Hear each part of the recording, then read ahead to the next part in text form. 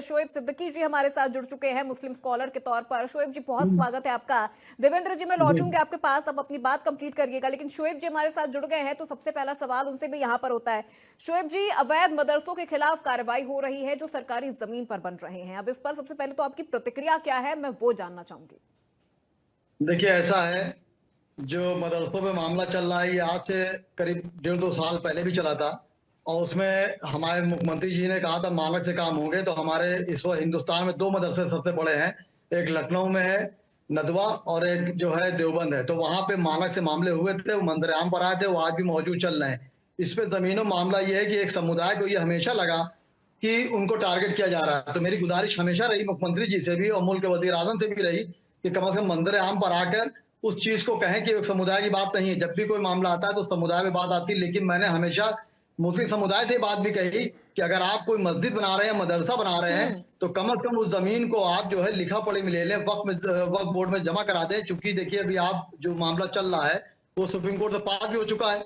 तो जाहिर सी बात है, हमारे मुख्यमंत्री जो है बहुत सख्त फैसले के जाने जाते हैं। तो उन्होंने 75 जिले में डीएमओ को ऑर्डर दे रखा है कि जो जमीनें इस तरह की उस पर नजर रखी जाए।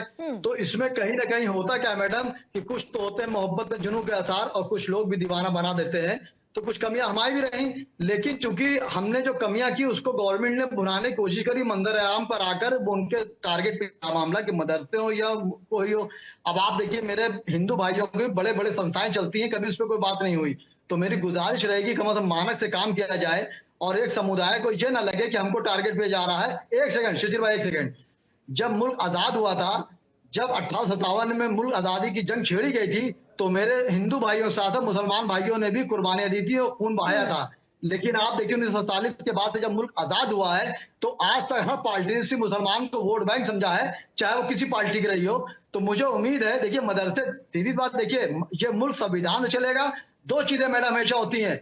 देखिए, संविधान के बाद 2 चीजें आती हैं, अध्यादेश और शासनादेश।